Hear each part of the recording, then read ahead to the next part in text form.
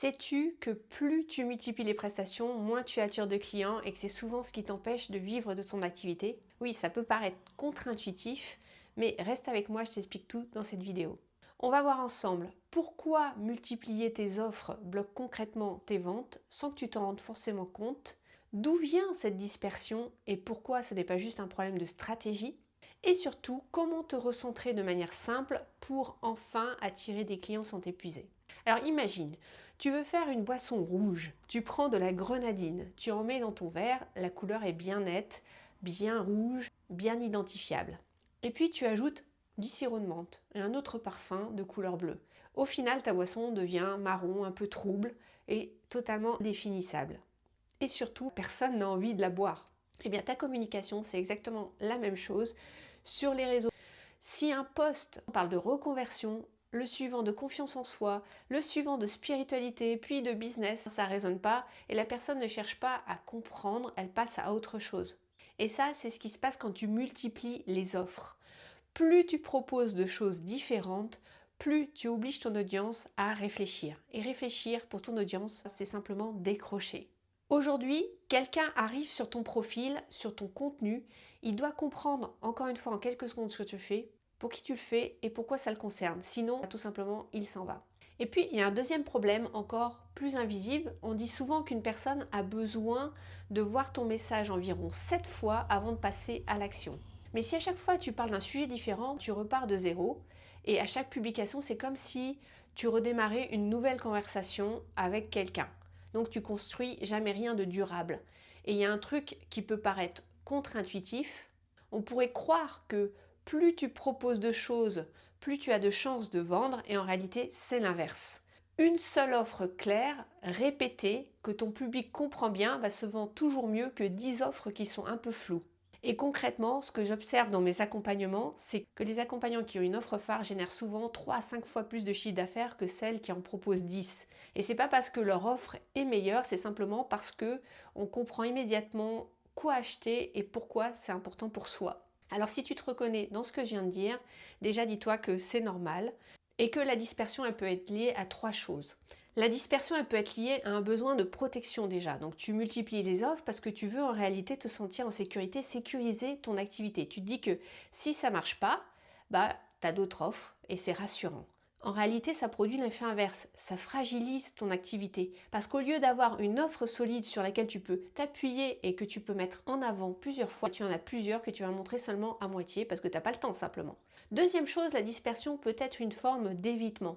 Tu vas créer une nouvelle offre dès que la précédente ne décolle pas, parce que créer, ça a quelque chose d'excitant, ça a quelque chose de stimulant, et persévérer, à l'inverse, ajuster les choses, répéter le même message, c'est beaucoup plus boring, c'est beaucoup moins confortable, croisant une créative qui te parle.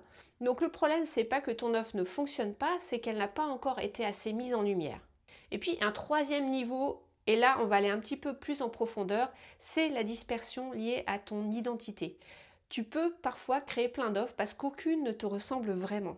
Elles ont une logique, elles ont un marché en face, elles sont vendables, mais elles ne te font pas vraiment vibrer à l'intérieur. Et là, je pense à notamment une cliente que j'ai accompagnée, Elsa. Quand elle est arrivée vers moi, elle avait une quinzaine d'offres différentes. Et sur le papier, c'était cohérent, tout faisait sens, ça se tenait, il y avait une logique. Mais dans la réalité, elle n'en vendait pas ou très peu. Et surtout, c'était lourd à gérer, c'était laborieux pour elle. Et après avoir creusé, après avoir travaillé sur son identité et ce qui était important pour elle, on s'est aperçu d'un truc, c'est qu'aucune de ces 15 offres ne reflétait vraiment ce qu'elle aimait profondément et qui elle était. Donc c'était des offres logiques encore une fois, mais pas des offres alignées avec son essence. Donc elle aurait pu créer un 5, 10, 20 offres de plus, ça n'aurait absolument rien changé, tant que ça ne venait pas de ce qui la nourrit vraiment ou de ce qu'il appelle au fond du cœur. Et là, j'en viens à un piège que je vois ou que j'entends souvent, c'est cette idée que si c'est aligné, ça doit être facile et fluide à mettre en place. Ben non, pas forcément.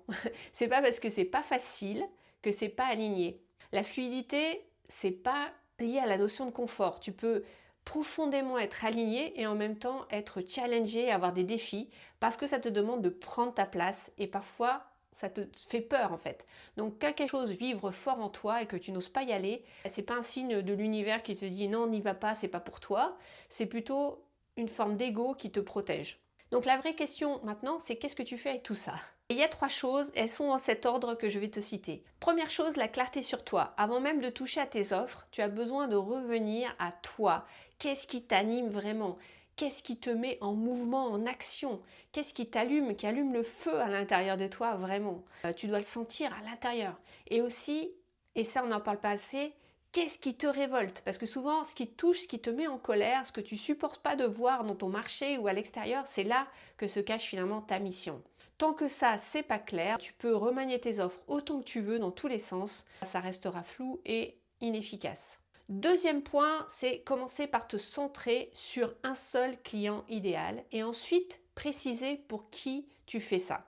Une personne et pas juste les femmes en général ou les personnes en quête de sens. Non, on va prendre une personne avec un quotidien, ses mots à elle, ses blocages précis, des peurs concrètes.